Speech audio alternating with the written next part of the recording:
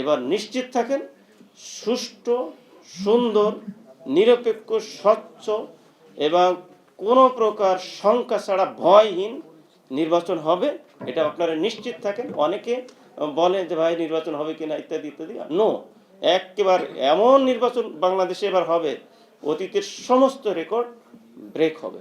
তো এখন আপনাদের মাধ্যমে আর একটা কথা আমি বলতে চাই, সেটা হচ্ছে নিঃসন্দেহে আপনারা লক্ষ্য করেছেন যে সরকার যে জাতীয় নির্বাচন, ত্রয়োদশ জাতীয় নির্বাচনের ফেব্রুয়ারিতে সম্ভাব্য ডেট ঘোষণা করে প্রস্তুতিমূলক সমস্ত কার্যক্রম কিন্তু ধাপে ধাপে এগিয়ে নিচ্ছেন। সেই প্রস্তুতিমূলক কার্যক্রমের অংশই হচ্ছেন আমার এই রংপুর জেলার এসপি হিসেবে পদায়ন। এই জন্য সামনে যে নির্বাচন, এ ব্যাপারে আপনারা নির্বাচনের বিষয়টা মাথায় রেখে আপনারা সংবাদ কালেকশন করবেন। কোনো জায়গায় যদি কোনো ধরনের থ্রেট নির্বাচনের জন্য যে কোনো ধরনের বিচ্যুতি দেখলেই আমাদেরকে সরাসরি, আমাদের ডিএসবি আছে, তাদের সাথে নিঃসন্দেহে আপনাদের যোগাযোগ ভালো, বা সরাসরি আমাকেও বলতে পারবেন ইমার্জেন্সি হলে, যে ওনাকে বলার পরে উনি আবার পাবে, তো সরাসরি ওনাকে বলে দিলেই দ্রুত কাজটা হবে। এরকম যদি মনে করেন সরাসরি আমাকে ফোন দিতে পারবেন। তো এটি হচ্ছে বিষয়, ঠিক আছে। তো আমাদের ডিএসবি আছে, ডিএসবি সে দেখে, আমাদের ডিআইও 1 আছে, অনেকগুলো ডিআইও আছে, আপনারা সব কিছু জানেন, তাদের সাথে মেনলি আপনারা সংবাদটা দিয়ে দেবেন, ঠিক আছে। তো আমরা এখন নির্বাচনী ট্রেনে উঠে গেছি, ঠিক আছে। এখন আমাদের ডেট হয়তো দ্রুতই ঘোষণা করবেন, আমরা দেখতে পাবো, তফসিল ঘোষণা করবেন, পেপার পত্রিকায় বিভিন্নভাবে আসতেছে, আমরা দেখতেছি, হ্যাঁ আসতেছে, দেখতেছি। তো আমরা যদি এখন প্রস্তুতিতে পিছনে পড়ে যাই, তাহলে কিন্তু আমাদের ওই যে কি বলে যে মানে ট্রেনিংয়ে যদি গ্যাপ থাকে, তাহলে যুদ্ধে কিন্তু পরাজিত সম্ভাবনা থাকে, তাই না। এই জন্য আমাদের সময় বেশি নাই। এই যে ডিসেম্বর মাসের আজকে 1 তারিখ, ডিসেম্বর জানুয়ারি, তার মানে 2 মাস, তাই না। এই 2 মাসের ভিতরে আপনারাও প্রস্তুতি নেন, আমরা প্রস্তুতি নিচ্ছি, হ্যাঁ। এই উভয়ের প্রস্তুতির, সমন্বিত প্রস্তুতির মধ্য দিয়েই আমরা এই রংপুর, বাংলাদেশের কোথায় কি হলো এটা আমাদের সাবজেক্ট না।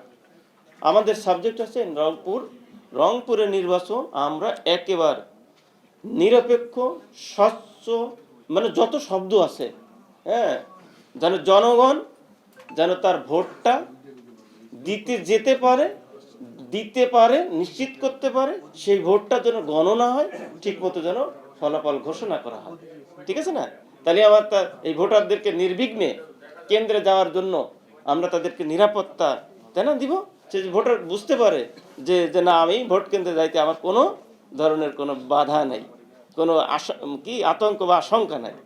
এটা আমরা পরিবেশ তৈরি করব, ঠিক আছে না। আর বাকি ভোট কেন্দ্রের যে নিরাপত্তা যেগুলো বললাম, ঠিক আছে না, এগুলো আমরাই, ঠিক আছে, আমরা আপনারা সবাই মিলে, ঠিক আছে। তো নিঃসন্দেহে জাতির কাছে সবাই আমরা দায়বদ্ধ, তাই না। তো জাতির জন্য আমরা এই কাজটা সমস্ত মত পার্থক্য ভুলে, আমাদের প্রত্যেকেরই কিন্তু, আমারও থাকতে পারে, আপনারও থাকতে পারে, কোনো একটা মত থাকতে পারে, আছে, অবশ্যই আছে। সবাই ভোট দিতে যাবেন।